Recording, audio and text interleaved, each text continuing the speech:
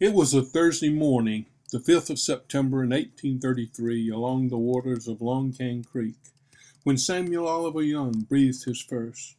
Mary and her husband John welcomed their seventh child into the world. Andrew Jackson was in the White House, and William IV was on the throne in England. 1833 was the year that England abolished slavery.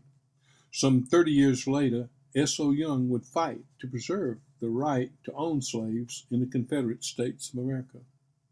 Samuel grew up on a farm near Long Cane Creek in what was then Abbeville County, South Carolina. Like his father, S.O. grew up in the farming tradition. He grew his crops of vegetables, corn, and wheat. He butchered his own animals for meat. This was his home, a log cabin with clapboard siding. Nearby was the plantation Eden Hall of John Wadlaw Hearst, the ancestor of the famous publishing magnate William Randolph Hearst.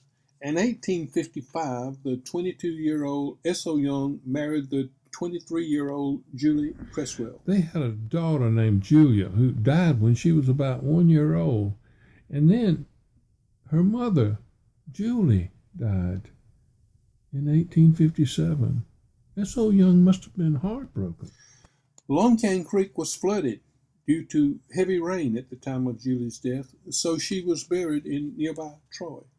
On December 23, 1858, Samuel Oliver Young married Rebecca Jane Robinson. Margaret Isabel was born in October 1859, followed by Samuel's first son, John William, in January 1861. And then it happened. The state of South Carolina seceded from the Union. Citadel cadets fired on Fort Sumter in Charleston Harbor, and war was declared. South Carolina called her men to arms. That call was heard on the banks of Long Cane Creek, and Samuel Oliver Young answered that call. He walked out of the front door on that hot August morning, hugged his wife and 2 children goodbye. As he was walking down this road, he probably joined by his 2 brothers, John and Abner. He would have seen his crops in these fields. The corn was high, and the cotton would soon be ready to pick. He had no slaves to pick his cotton. He actually opposed slavery, but he had to defend his home against the invading armies. Walking down the hill, he approached McComb's mill. The mill had been a part of the community for many, many years. There was once a post office when it was known as Indian Hill. He had brought his corn and wheat here many years to be milled. S.O. would have crossed the creek here. Long Cane Creek was the border between the British and the Cherokee Indians during colonial years. At the top of the hill, he would have walked by this church. Loy Long Cane Associated Reformed Presbyterian Church had been established about the same time Samuel's great-grandfather had settled in the area. The Young family had long worshipped here.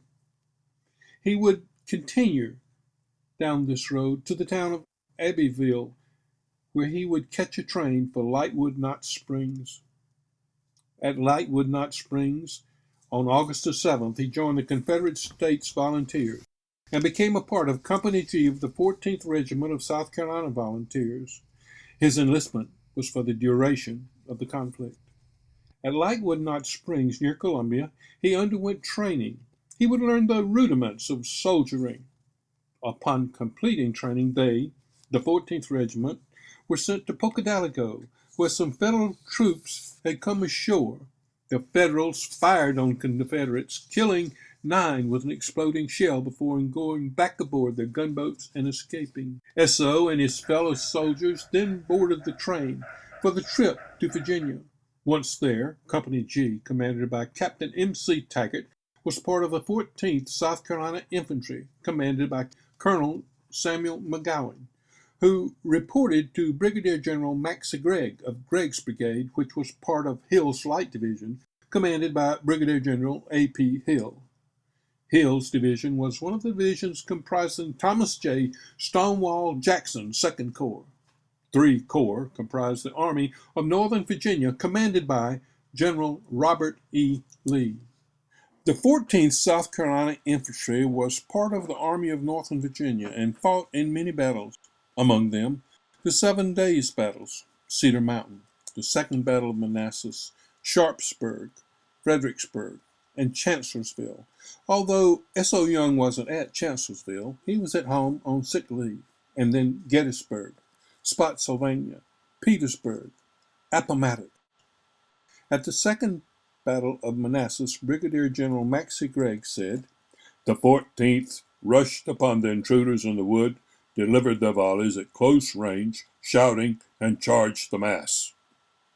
What Gregg did not say was that the regiment ran out of ammunition and resorted to fighting with bayonets.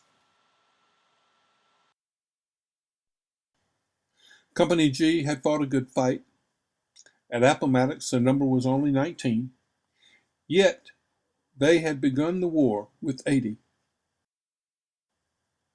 After the Appomattox surrender, April 9th, 1865, Samuel Oliver Young returned to the farm on Long Cane Creek and greeted his new son, Samuel Tatum Young, who was born in his absence.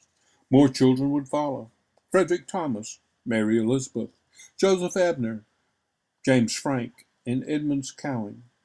He's expanded his holdings, and in the early 1870s entered the retail business. In partnership with William Napier, he opened a store in Troy, South Carolina. Unfortunately, the store declared bankruptcy in 1881. However, Rebecca Young, the wife of S.O. Young, was able to purchase the land owned by the business at auction. He continued to increase his land holdings to about 1,800 acres with the purchase of his biggest property, 565 acres, known as the Cowhorn Place, in 1899.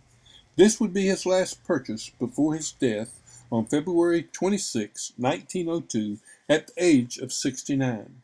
According to the Index, the weekly newspaper of Greenwood, South Carolina, published March 6, 1902, Samuel Oliver Young was not old, but had reached his 80 years.